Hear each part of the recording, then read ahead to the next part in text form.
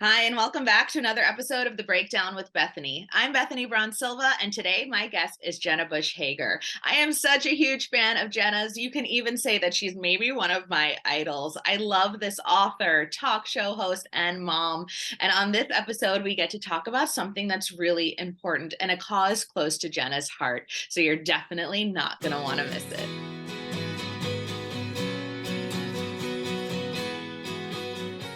Jenna, you are known for books, for being an advocate for conservation, for sustainability, and for nature. And also, you're sort of like a pinnacle of literacy for kids and adults. So I'm wondering, how does it feel to sort of blend these two or really multiple passions on this project? Oh my gosh, that's the best question I've heard all day. Thank you. And it was so kind. Yeah, it really is sort of a dream project because you're right. I come from my mom took us to the national parks every year. I love to be outdoors. I love nature. I got engaged in a national park, and conservation is obviously something I'm really passionate about. And I love literacy. I mean, I think there's no better way for our kids to be empowered than through children's books. So, this combination, when Dawn came to me and said, let's write this book, The Wonderful Life of Blue, I was like, yes, it's the perfect way because I know that our kids are going to be the ones that inherit this beautiful world. And so they need to be armed with all the ways to make it beautiful, to save it. And so I was so happy to partner with Dawn and create this book that has filled with tips, just small things that kids can do to make a huge difference. What can you tell us about this book, and what was the Yeah. process like creating it? Well, I was so excited because it is an ebook, it's free, it's downloadable anywhere. So I hope that parents and their kids wherever they live will download it together. We'll talk about ways that they can make a difference. And ways that kids can really be empowered to make small changes that will save the world. But it's also just a really fun story. It's about kids that use their imagination uh, to make good, to do good. And I read it to my 3 year old, who is obviously a picky reader. He's only 3, and he keeps saying blue, blue, blue. So I feel like it's a big hit in the Hager household. So I'm hoping that others will find it. It's fun. And the illustrations are really beautiful. But the goal is that at the end, kids will understand that they can change the world. So, in addition to this amazing new ebook, what are some other tips you have for families who want to start teaching their kids about sustainability or maybe even conservation? And do you do these in your own family? Yeah. Well, one of the things that's really cool about the ebook is that at the very back, there are specific ways that kids and parents can change the world. So there are certain things like, making sure you don't leave the water on too long when you're doing dishes, making sure.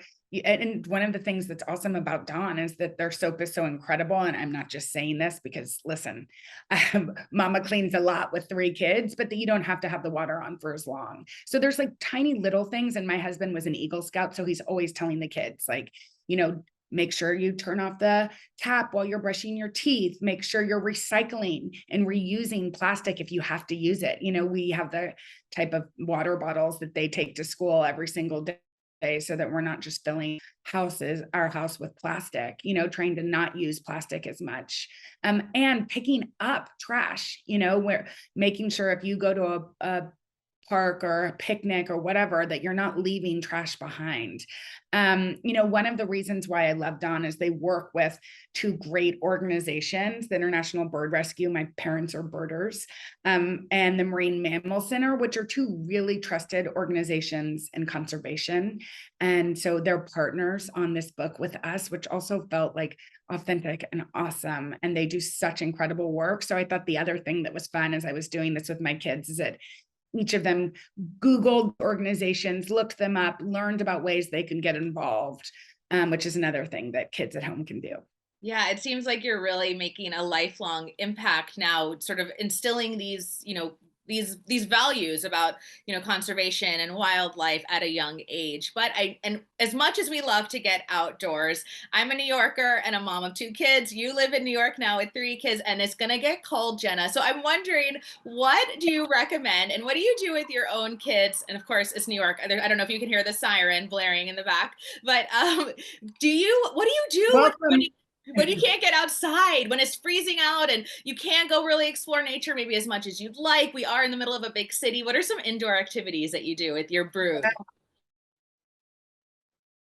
Totally. Well, first of all, I think getting outside is so important. So even if it's cold, we try to always go outside. We bundle up, we go for walks, we're outside because you just feel better. Even in the city, there's green spaces everywhere. So I sort of am of the mindset that even when it's freezing cold, try to get outside. And obviously, as you know, New York has such good winter options like skating rinks, both in Central Park and then downtown, closer to where I live. There's so many fun things you can do. But so I say bundle up if you can and get out for just a little bit. But indoors, we love to play games. Uno is a favorite at our house. We love to do dance parties. Like the point is kids have to move, you want to move that energy. So we do dance parties, hide and go seek. One of the really fun things we love is a capture the flag in the dark. We can't, we turn off the lights and play it inside. If there's not many places to hide, but my kids are little. That's super fun. It's just like, it's about being together and sort of having that uninterrupted time. So it's, it doesn't have to be, I also think moms are crazy busy and it's sometimes tricky. So it's like, I'm not that much of like a DIY crazy mom. It's like, even just like laying on the couch with my kids and popping popcorn and watching a movie. It's like, let's give ourselves a break, just have fun. So I'm not as crafty as I'd like to be. I'd like to be the type of mom that like makes a huge mess and creates all these DIY things, but that's not me. And I think that's okay too. It's totally okay. It's not me either. But I have to ask, sort of while I have you in front of me, almost like a personal tip from like mom to mom. Like one of my older boy loves to read. He can't get enough of it. My 7-year-old is really struggling just to get captivated, just to find a book. I mean, there's so many incredible books. We actually own our big backyard. Like we own these books, like we own amazing books. But what do you tell a mom or a parent or anyone really who's struggling to help their child not only just sit down and read, but also kind of discover that joy in reading? Yeah. Okay. So my first tip is, do you read to him?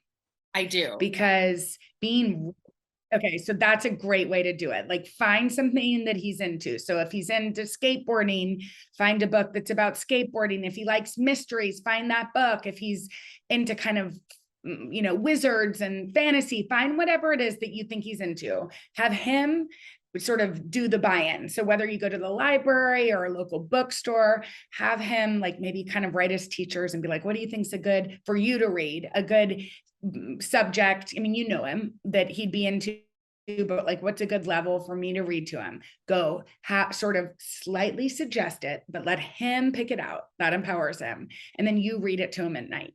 Because it's also that uninterrupted time with a parent. I have a 7-year-old too, and I'm reading to her every night. She's not reading to herself yet. And her older sister was at this time, but we were also in a global pandemic. So life was a little different.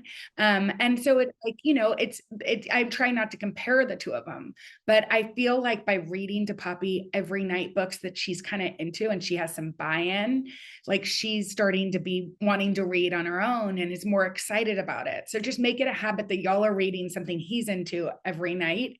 And I bet he'll fall in love with it too. Do you have any of your favorite books that you're actually sharing with your kids, books from your childhood? And what we would love to know, like, what are those books that you're so excited to rediscover with your own children? Okay, well, Mila and I read Charlotte's Web, Yes. and I'm actually hoping to read it to Poppy. It's like, I mean, my husband came home from work and he thought something bad had happened because both of us, we're both criers, but both of us were like weeping in a room. And he was like, what is happening? I'm like, Charlotte Wilbur, Charlotte's Web is beautiful and it's so fun. Read it to your son. You're going to love it. Mila is obsessed with the Babysitters Club, and I was a wild Babysitters Club fan. I was like kind of the nerd who no boys like. So I was obsessed with Logan and Marianne. Anna Martin is like a hero of mine. So that was so fun to watch her read those. I'm trying to, well, I'm also obsessed with Kate DeCamillo. She's written everything because of Winn-Dixie. And I'm reading right now The Tale of Despero to Poppy, which is the wildest, weirdest. She's incredible. She wrote the Raimi Nightingale series. She does Mercy Watson. Like, she's actually kind of a genius. Any of those are so fun to read to your kids. I was a mystery person. Like, I loved all the Goosebumps as a little kid and all those types of series when we were little. So I can't wait when Mila's a little older. I don't want to scare her, but to introduce her to those. And in fact, that's a good way to get boys into reading. I taught like the Goosebumps series that for younger kids for my 6th grade class, and they loved it because scary stories make you just want to keep reading. I'm reading a mystery right now, and every free break I get, I'm like, goodbye, kids. And I just go close my door to read, because mysteries are those compulsive books where you cannot wait to find out who did it. So that's another good, not too scary, but that's another good thing to get kids like really engrossed in reading. That's great. And so my final question, Jenna, is, obviously we can see you every day on our TV screens in the 4th hour of the Today Show with Hoda, but what other projects do you have coming up? Because we can't get enough. Yeah, well, I'm so excited about this book. This is my most on my mind, and I hope everybody will download and read it with us. And then I'm also really proud of the book club that we built at NBC, Read with Jenna. It's been awesome. We're about to be in our 4th year, and I think we've had over 30 New York Times bestsellers, which has been really great. So I feel like through that and a production company that we're building, there's a lot to be done. But that, it's like all kind of based around reading. I definitely have a mode operandi, reading and children's books and all the things that I feel like will hopefully make our world slightly more empathetic and compassionate. Very on brand. Okay, so if we want to download the ebook, where can parents go to do that? dawndish.com/book. All right. Well, Jenna, thank you so much for the time. I cannot wait to read the book. Thank you so much. I appreciate it.